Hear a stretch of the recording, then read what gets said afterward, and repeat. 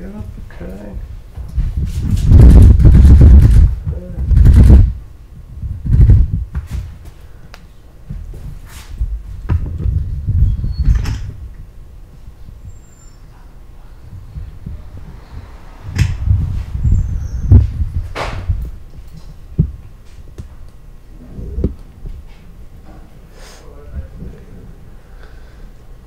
All right. All set then? Yep. Yep. All right. All right. When you're ready. Here we go then. So what is the name of your business and what do you sell here? The name of the business is Philadelphia Salvage Company. We sell architectural salvage, vintage, industrial, and reclaimed lumber, all from Philadelphia. And so you say it's all from Philadelphia. So where do you get some of the materials you work with? Do you get from like other people or other places? Sure. We mainly focus on Philadelphia, try to be as locally sourced as possible. And we get stuff from demolition companies, warehouses that are coming down. We'll go in and buy the rights to our warehouse for the massive beams that are holding them up. We'll take those and inventory them and denail them and then eventually mill them down into usable lumber to make kitchen cabinets and shelves. We'll harvest subway tile off all the bathroom walls that were in the men's rooms. We'll gently chip them away and save them and inventory them, and they look beautiful as a backsplash. Then doors and windows, you need hundreds of doors to sell one door, and everyone in Philadelphia needs a door or a new glass knob, and we're the place to have the inventory for that. So how did you find out about Brooklyn Flea Philly, or how did you get involved with it? I found out about Brooklyn Flea. I believe they emailed us to say that we would be a good fit, and then we went and filled the application out, and there was a kind of a time lag there, and they approved us, which was really nice because they didn't approve everyone. It's a really well curated event, and I'm pretty excited to be part of the first one. Could you do that one more time without saying the Brooklyn Flea? Brooklyn Flea Philly? Yeah, just because you're probably going to say it in your intro. Okay. So just do one and just call it the whatever. The flea market or something like that? Something like that. So we call it the Philly Flea? Yeah, because I don't know if by any chance they did change it to Philly Flea or something. We could say it like the flea market or something like that. Let's do Philly Flea because we are Philly. Okay, sure. We'll get them to change the name. Okay. So what was the question again? I'm sorry. So, how did you find out about it and how did you get involved? I got an email for the Philly Flea from them actually, and was really excited about it. So we filled the application out right away, sent it in. There was a little lag time, and then we got an approval letter from them, which was awesome because I'm really excited about being part of the first Philly Flea. Awesome. So what are some of your expectations for the flea market, and also are there any other vendors you're looking forward to seeing there, or? Being that it's the expectations for the first Philly Flea, I'm just kind of excited to be there. I think it's going to be more getting the name out there, more marketing, but I hope to sell a lot of stuff also. Mm-hmm. And to be in such a well organized event with a lot of great other vintage salvage people that make unique items is going to be nice to see all the other competition out there. Competition's good. Pause for 1 second, sorry. Mm-hmm. Just want to turn this light off in the back there.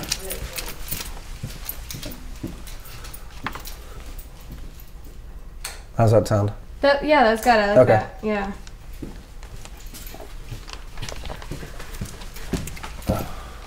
I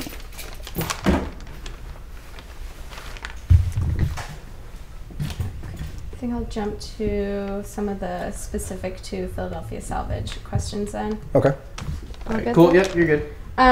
So what are some of the things that you'll be bringing with you to the Philly Flea?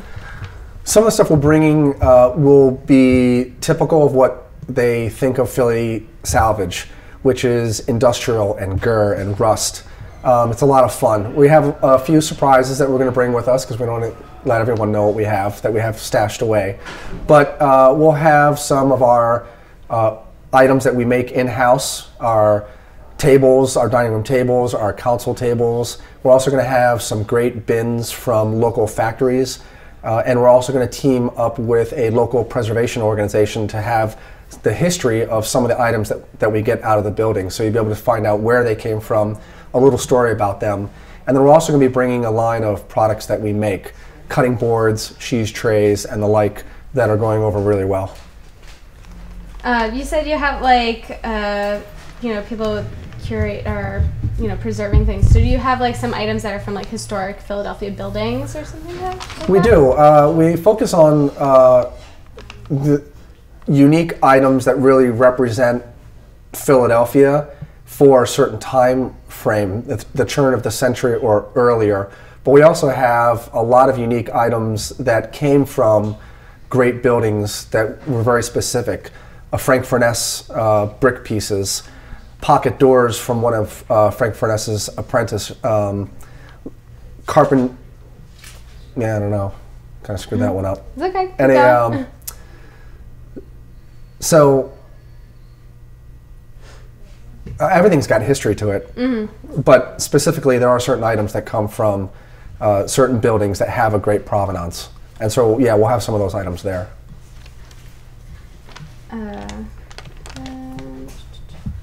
So you do repurposed goods, remake, dining room tables and stuff like that. So what are some of the strangest or most interesting repurposed things where you turn one thing from, Sure. one completely different thing to another? So we often get customers who come in here they rip out a page from a magazine and they want this beautiful table that cost $10,000. And like, can you make this for us? And a lot of times we can, for a fraction of the cost. And it's all made right here in Philadelphia, not imported from China. And occasionally we have some great items, and the client, we may be remodeling their bathroom or kitchen, and they really give us kind of free reign. So besides dining room tables and kitchen cabinets, one thing that we did that was really unique is we took roof slates from a roof, the slate from a roof, and we used that to sheathe a wall in a bathroom, so it looked like fish scales. So the entire walk-in bathroom, you walked in, there was a big frameless glass door, you opened it up, and the whole wall was covered in slate shingles. It was really pretty impressive. That's really cool. I like that. And I think that pretty much covers it. So if there's anything else that you want to add, any message or anything like that? Philadelphia Salvage has only been around we're coming up on our 2nd anniversary, so we're going to be having a big party for that. We just acquired an additional space, a 20,000 square foot warehouse about 2 miles from here that is going to really allow us to increase the goods that we make and store the reclaimed lumber that we're really moving into. And so we're really going to be able to expand our efforts and grow the business. And it's awesome that in this economy we've been hiring and growing into a bigger space. It really shows the need for great design, great quality of home goods that people just can't get in the big box stores, and they're looking around for local craftsmen, and we're happy to be there for them. Awesome. I think that's all that I have. Yeah. Okay. You think of anything? I mean, Sounds pretty good to me. yeah, Yeah. I think that's good. Okay, That's cool. awesome. Thank you. Sure. I'm glad it worked out.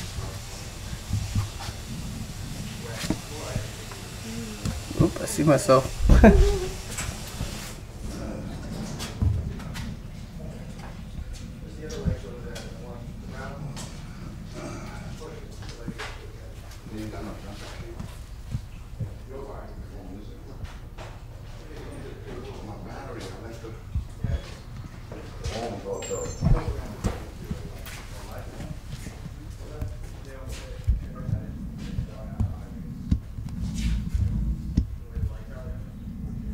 Yeah, it's really tight. It's hard movable, I guess.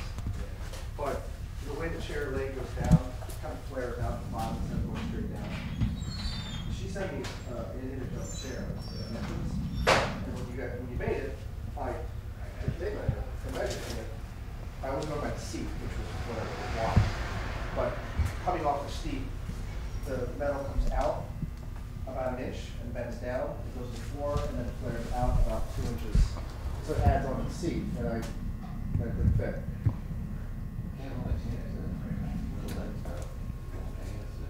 Well, maybe we do Find an old pedestal, dude. Oh, whoa, whoa, whoa.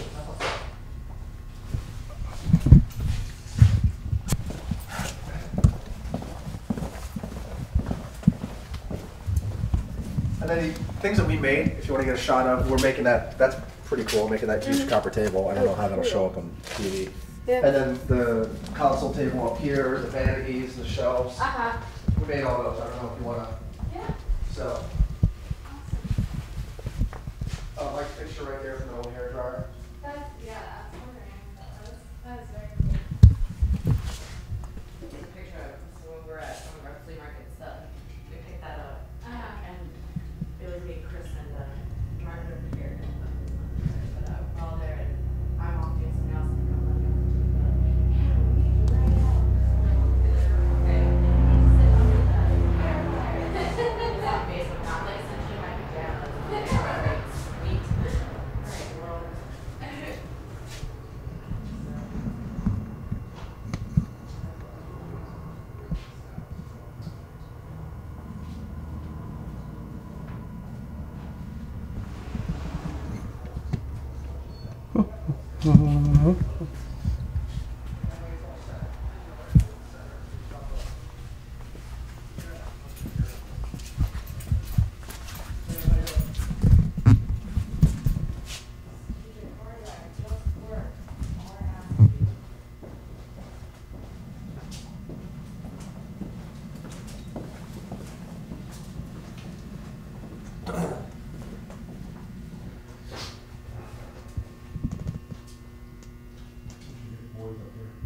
Are you ready to move this out there?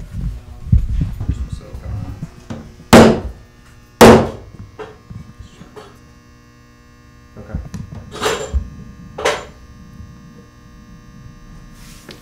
This is gonna be way cool. Wow. It's awesome. Isn't it? This is Brian, B Squared. And this is going into a restaurant at 20th and, I'm sorry, 21st and Chestnut. It's Oh, okay.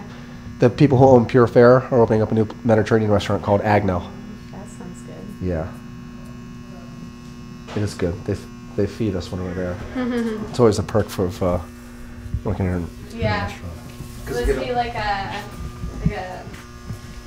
kind of table, or like a in there. I don't know. Their idea was Mediterranean, reclaimed rustic farmhouse Mediterranean. So we put some metal across the top here, purposely beat it down a little bit. The nails were in there just to kind of hold it, but then we had to. It was a little like Yeah. bubbly. Yeah. So then we had the idea to put the nails in there as kind of a to tack it down, also a cool design. Yeah. And I thought the owner of the restaurant had thought of a diamond pattern for the other tables. Remember the milk paint, which we might do, but so we just followed this diamond pattern. Cool.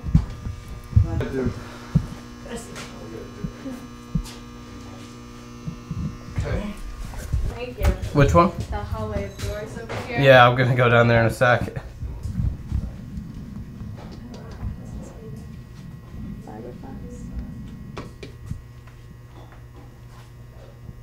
This looks like it could have been like on my dad's house. The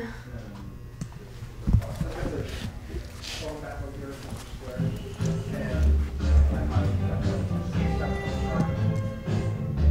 was over there was mine. The other one, that's mine, yeah.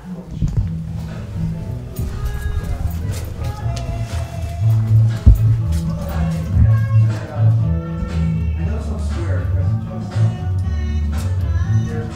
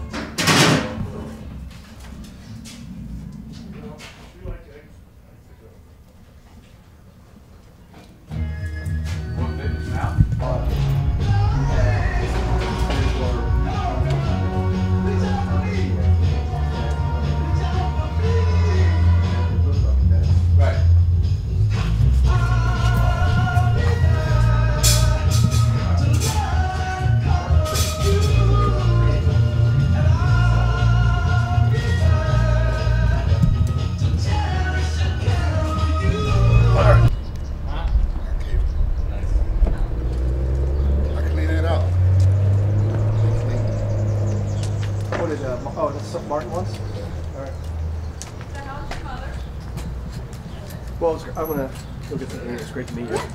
Thanks for doing this I'll- for us. Yeah. Sure, appreciate it. And Yeah, I'll send you an email before it airs so you Okay. know date and time, and also the link.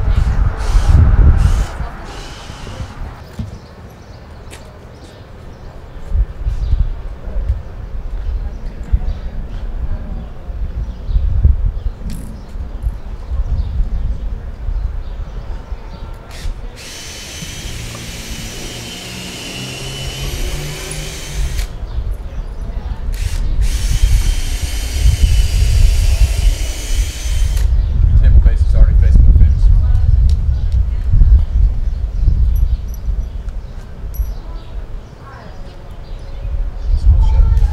Ready now, and roll in when you're ready. Okay. There, this is That looks good, yeah. and then a little closer when it closes. Yeah, that looks good with the post in the back and everything. Alright, so what is the name of your business or what do you sell?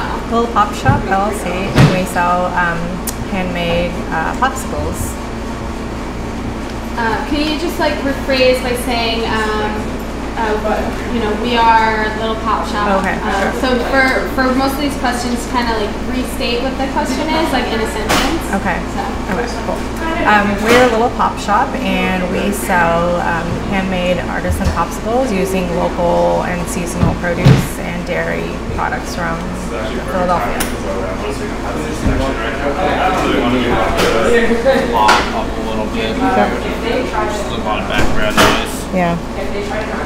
Do you want me to Yeah, again? just have it. I will go there and Looking like the house is in so much better condition. Now. Do you want her to count or? Yeah, I think you just You just count so you can get levels on the. 1, 2, 3, 4, 5. Where do you want that? So that was amazing. Alright. We should be able to deal with that. Okay. Alright, so we'll do that one again.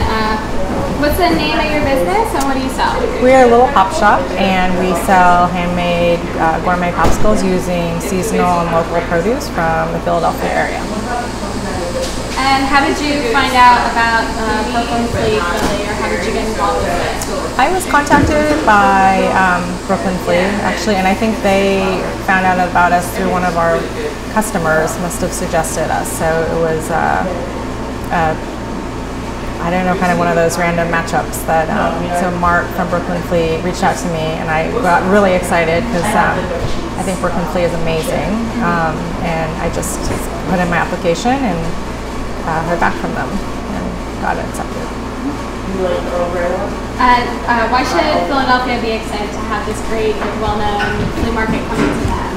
Well, I think it's I love like flea markets and markets, like farmers markets. Just, I feel like it's a great gathering place for people in the community to come together and support local artists, support local food folks, and rather than buying like mass-produced commercial goods, which, it's right for some situations, but I think it's so much nicer to support your local crafter or artist or food vendor with the products that they're making. They spend so much time and creativity like making these products.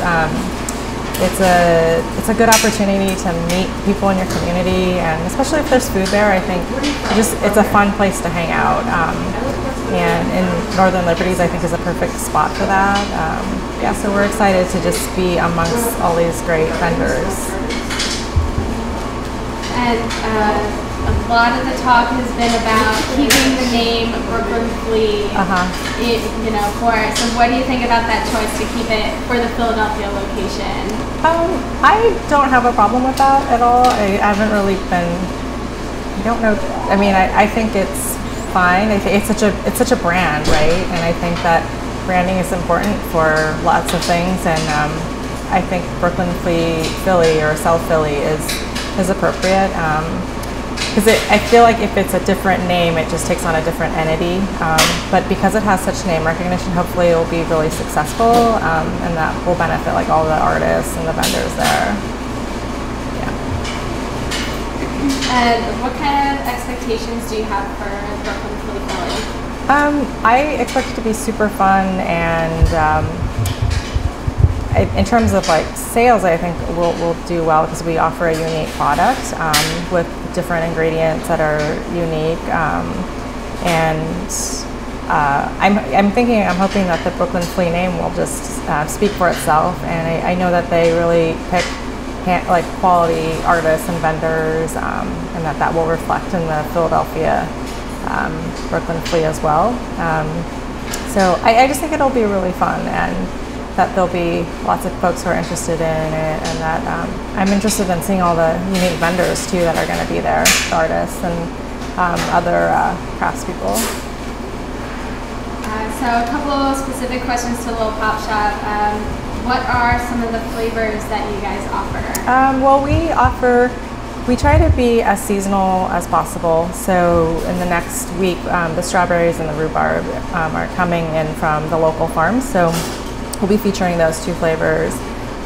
We also, we want to offer something for everybody. So like our chocolate with salted caramel brownie, it's our best seller. It has mass appeal. It's really rich and chocolatey, and it has pieces of salted caramel brownie pieces that are also locally sourced. And then we like to have something for people who are interested in more like adventurous flavors. Like we have a mango chili popsicle, and we collaborated with Tom, Honest Tom's Tacos next door, and they made us this fabulous, really spicy hot sauce that we put into our mango popsicles. And some people really like that, and other people are like, oh, that's a little bit too much, and they'll go for something a little more mainstream, like raspberry lemonade or something. In the next few weeks, we're also going to try a miso strawberry popsicle. So we like to play around and just to kind of hit the different, flavor profiles out there. I personally love our Earl Grey popsicle with black pepper. That's my favorite one. But yeah, we just, all of our dairy, our milk and cream and yogurt, buttermilk, all that stuff comes from a local farm, Maplehoff Dairy. Our yogurt comes from Toy Cow Creamery. So once we get our farmers market lists, we look at that, and like now the season is just starting where there's going to be like a bounty of, berries and herbs and things like that. So we look to that for inspiration, and then go from there. So you'd mentioned before about all the locally things, but so is that what would make you guys different from other frozen treats? Yeah, I think that we primarily focus on what makes us unique is that we have interesting flavors that are different, that can challenge your palate a little bit, and then yes, that we try to source as much as we can locally. So our fruit, our produce, herbs and everything, most of that stuff comes from either Lancaster Farm Fresh or Common Market, Philadelphia. And those guys source the products from like Lancaster Farms and like all the other little farms around here, and then they deliver to us. So yeah, that's my main goal is to make delicious popsicles using like the best ingredients possible.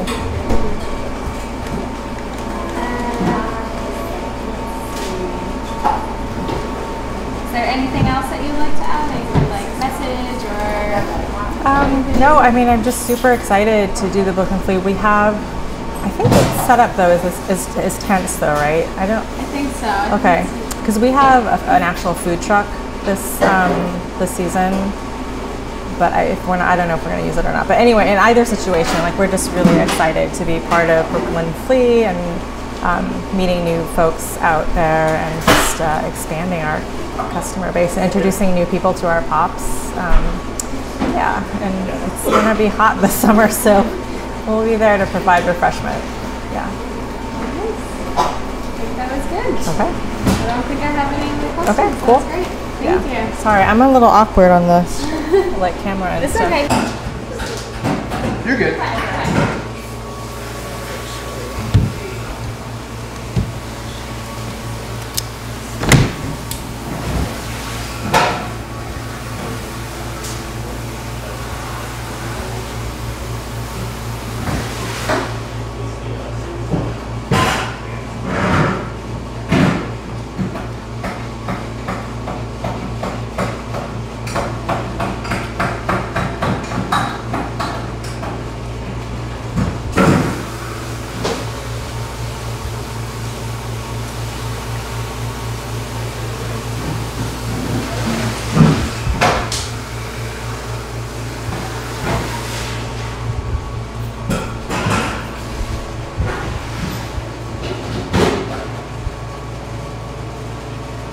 Can I open this? You want to open this one real quick?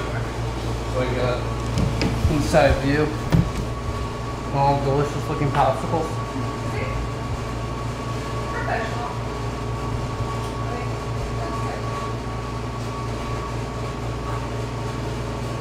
All right. Cool. Can we open the other side? Sure.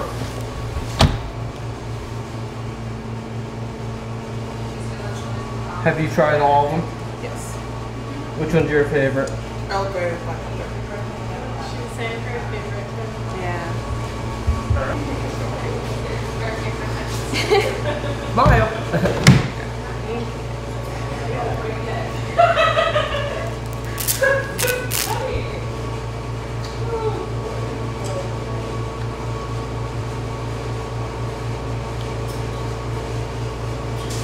Yeah, it's like it kicks you a little bit.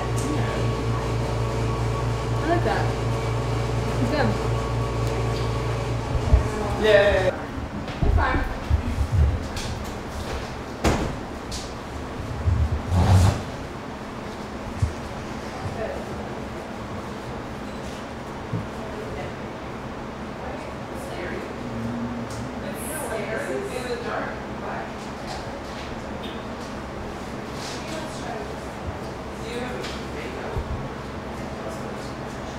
I'm there always new. It depends you like your meetings. Whenever you're ready. All right, great. So, what is the name of your business and what do you sell? The name of my business is At Home Modern, and I specialize in mid-century art, decor, and furnishing, so items from the 1950s through the 70s. And where do you find some of the furniture and the decor that you sell? Most of the items I find come from flea markets, auctions, estate sales, Craigslist, occasionally trash day. How did you hear about Brooklyn Flea, and like how did you get involved with I that? think the first place I heard about Brooklyn Flea was on Facebook. A friend of mine is going to be selling there, and so I thought it would be a fun opportunity to join her. I think it's going to be really exciting. And what are your expectations for Brooklyn Flea Philly? I think two things. One, it'll be great to be out there meeting lots of people. Beyond just selling wares, I also help people decorate their homes. So I'm hoping to have some face-to-face contact that I don't have because I don't have a store. And then also to sell things. Sure. So put this way. Sure. A little bit less echoey. Sounds good. Oh, you can hear me through there, huh? Oh yeah. Cool. All right. Cool. Much better. All right. And then like, you know, when you word, kind of like word it with like the question in it. So like when I ask the question, kind of like restate it in like a sentence. Oh, And okay. then that'll make it like helpful for editing. Oh, because we're not going to have your Yeah, questions. We're not gonna have me in there, so it's Helpful. fine. It's Okay, fine. I good to think know. For the most part, we've got stuff. So, Okay. why should Philadelphia be excited for this well-known flea market to be coming to them? Well, I think it's going to be a great opportunity for the vintage and handmade community to come together in one. You know what? I didn't rephrase your question. do you want me to start over? Yeah, start over. Okay, ask the question again. Okay, so why should Philadelphia be excited that this well-known flea market is coming to them? I think it's really exciting that the Brooklyn Flea is coming to Philadelphia because it's going to be one place where handmade and vintage vendors can get together and sell their wares and let Philadelphia know what they're doing. And it's also great because Philadelphians don't have to go to Brooklyn to find really great things. And then that's another thing is that they're keeping the name Brooklyn Flea in the name even though they're coming to Philadelphia. What do you think about that? I think it's an interesting choice to keep the name Brooklyn Flea even though it's going to be in Philadelphia. I think it's good because Brooklyn Flea, the name alone has a lot of panache. And I think as time goes on, people will just know when we talk about Brooklyn Flea that we mean Philadelphia because we're here in Philadelphia.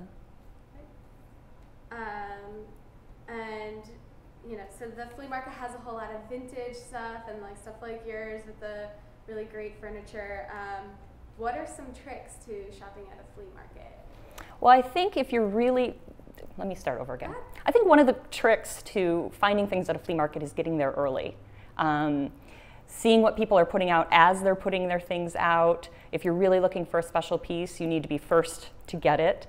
But if you're looking for a bargain, you might want to go towards the end of the day. Sometimes certain vendors may discount things at the end of the day if they want to get rid of them and not pack them back up into their van. And have you like talk about your regular speech, how your business got started. Sure. So my husband and I bought a mid-century home in 2010, and when we moved into this house, it was much bigger than our last home, and we needed to furnish it. And we wanted to really furnish it with things that spoke to the era of the house. This house was built in 1958, so we wanted vintage furnishings, but we were also on a budget. So I went out and started going to flea markets and tag sales and looking for unique things for the house. After about a year, we were on a homes tour, and we had people coming through the house and asking me if I could help them find a chair or a vase or a sofa like the one I had, and that's how the business was born. Okay. And is there anything else that you'd like to add? Any kind of message or? No. I'll think of that when I'm laying in bed tonight. Oh, good. I'm trying to think if there's Sure. anything else that I want to ask.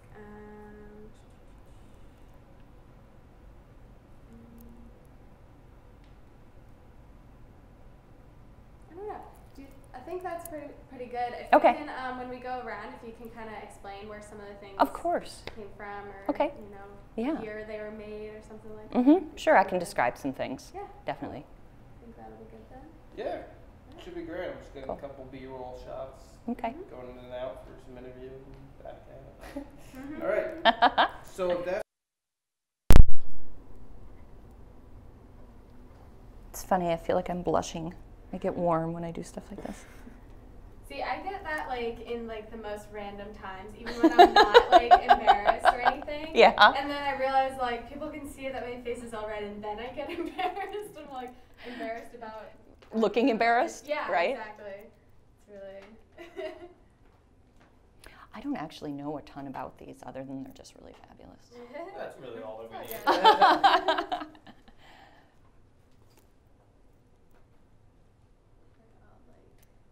These I'm just in love with. Those are so I think I'm going to cool. keep a set of these, and I've got a couple, so. Now, where did you pick these ones at? So this is a set that I found at Brimfield.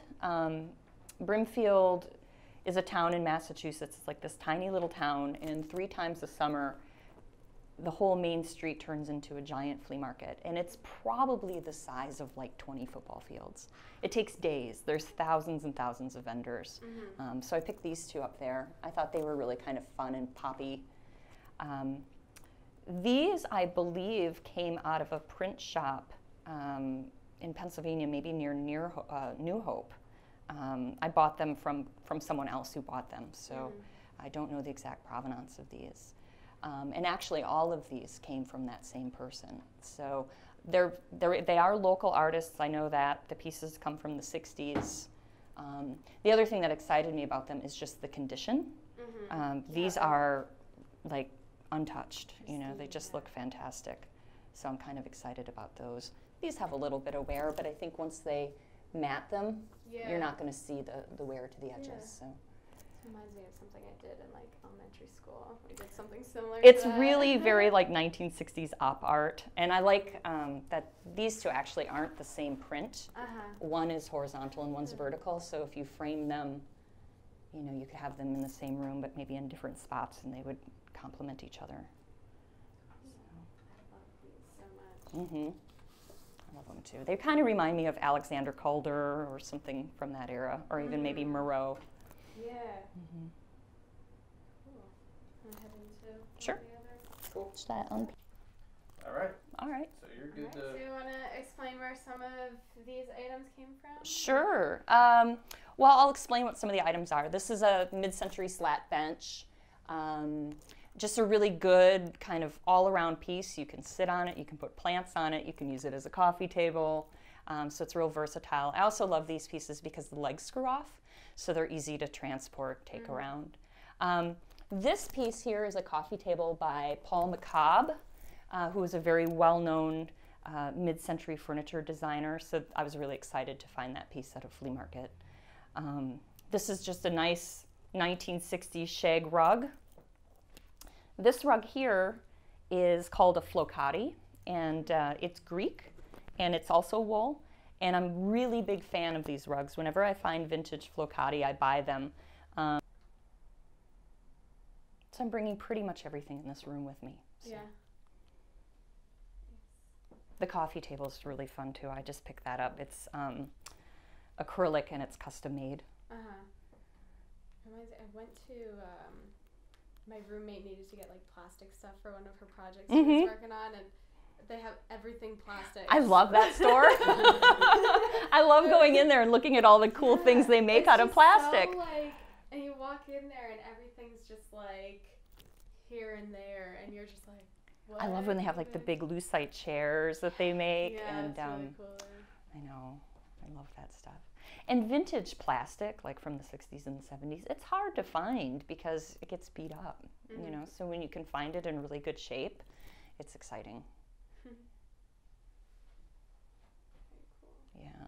I love that like window bench seat kind of I thing. know. We've got that and the other built-in the living room, and they're just so great. That's actually the original upholstery from 1958. Yeah. I can't really bring myself to redo it. Vinyl's not exactly the most luxurious of fabrics, but it worked for a dental office, you know. Yeah.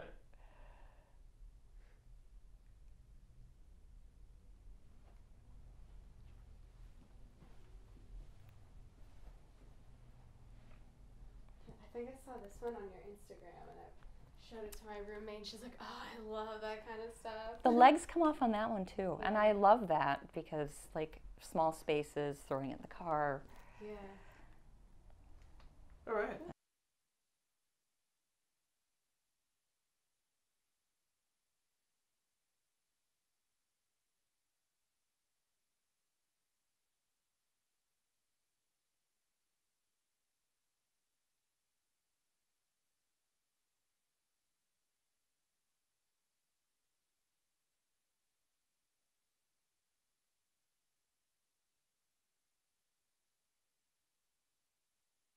And then when you talk, look at her when you talk. Okay. And just hold the microphone up when you're. Like this, or just like. Yep. Just want to get some level. Perfect. Yeah. Yeah, you're good. Okay, hold awesome. It naturally. Okay. You want to hold it? Yeah. All right. Yeah, there's no natural. But cool.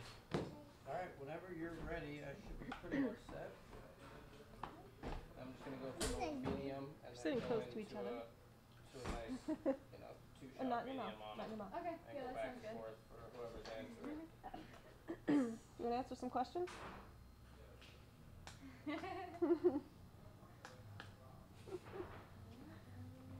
Are these boxes in the way at all? Nope. No. We got it.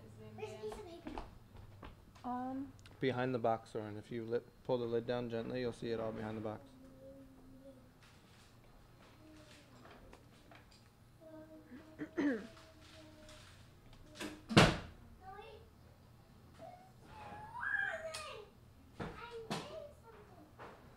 All right. I'm ready when you get it. Cool. So, what is the name of your business, and what do you sell? The name of our business is Pagan All, and we sell treasures built from abandoned materials. So we sell bags, and we sell home goods, and we sell jewelry. But everything that kind of all connects, in that the materials are all from something that was once something else. So reclaimed materials or things that were found at flea markets. Yeah. That's it. And where do you get like some of the materials that you work with then? Well, we started. Margot started doing bookbinding. That's sort of how Pagan All started. It was under. She had a company called the Black Spot Books, and the leather that she was using was all reclaimed. So it was her very first journal was from a cobbler shop in Holland, and from there she she found this really old piece of leather, and from there we've just continued. And it's Margot's. We're just always searching. Yeah. I mean, we find our stuff we used to find our stuff at like, abandoned homes and dumpsters, flea markets, yard sales, wherever we can uncover treasures. And now it's a little more methodical, but still uncovered nonetheless. Lots of old buildings that are being torn down in the neighborhood. We get wood from there, leather from military people, collectors. Yeah. So all our leather on the bags is from World War II gun slings. we just got a batch of wood that was from the Ortlieb's bottling building in Northern Liberty. So all of the always wood changing. is also very local to Philadelphia. It's either inside of Philadelphia or in the farmlands of Lancaster County and stuff like that. Cool. And what are some of the items like specifically that you guys sell? Where's that piece of paper again? So here's that. Some of the items. Do you want Different Paganol. These are Paganol logos. It's drawn by Thanks, Soren. bud. Some of the stuff we make. Well, recently we've been working on a lot of new waxed canvas. So waxed canvas bags. I'm not really elaborating very well. No. Well, I mean, we kind of have we do a lot of wood things made out of wood, and then we do a lot of stuff made out of fabric, and then bookbinding too. So we're kind of all over the place. But it's mostly very useful, like day-to-day things. Objects that arise out of needs that we have. We usually start from there. So if there's something that we're lacking, we make it, we test it, we expand. How did you hear about the Brooklyn Flea Philly, and how did you get involved with them? We heard about it from Mark, who we were working with on another project. Yeah, he just contacted us, and we had already heard about the Brooklyn Flea in New York, of course. So it just sounded exciting from the first mention. And what are some of your expectations for the Brooklyn Flea Philly? Do we have any? I don't know. Well, this will be our first time doing something as steadily as usually we do, like one craft show. It's a one-time event a year. So I don't know that we do. We don't. We just kind of love jump into we everything. love trying things Yeah. and then see how it goes and see what we can learn from it. But I don't know that we ever go into anything with expectations. an expectation or a plan, or it just kind of goes. And why should Philadelphia be excited that this well-known flea market is coming to them? Consolidating goodness. We have food trucks and antiques and handmade objects. I feel like it's really bringing it all together and using the established something or other. You can elaborate on that because I can't. But the fact that it's already established elsewhere, I just feel like it's already coming with a good identity. And now Philadelphia, I mean, we have a lot of stuff going on, but I feel like it's a bit scattered. So this is going to pull it all together. And there are a lot of things pulling it all together. This is just one more entity. And what do you think about the choice to keep the name Brooklyn Flea for the Philadelphia location? I wish they didn't. I feel like they could do a lot and then just say buy the Brooklyn Flea or just something to connect it, because I do think it's important to maintain that, but it doesn't. I think it's a little bit weird.